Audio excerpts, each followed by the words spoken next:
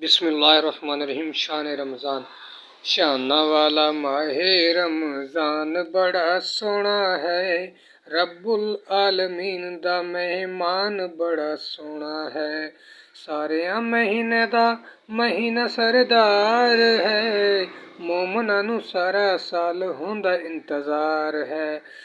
बख्शिश साडी दा समान बड़ा सोना है, बख्शिश साडी दा समान बड़ा सोना है।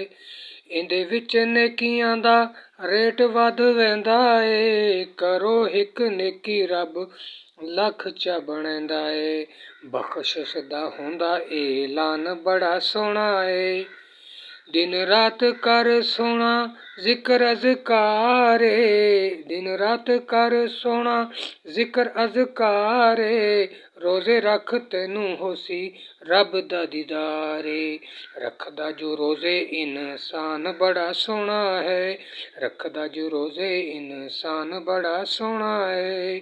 लैलतुल कदर वी एदे विच आनी है, लैलतुल कदर वी एदे विच आंदी है। खुश नसीब बंदियां दी बख्शिश करांदी है, बख्शिश वाला रहमान बड़ा सोना है।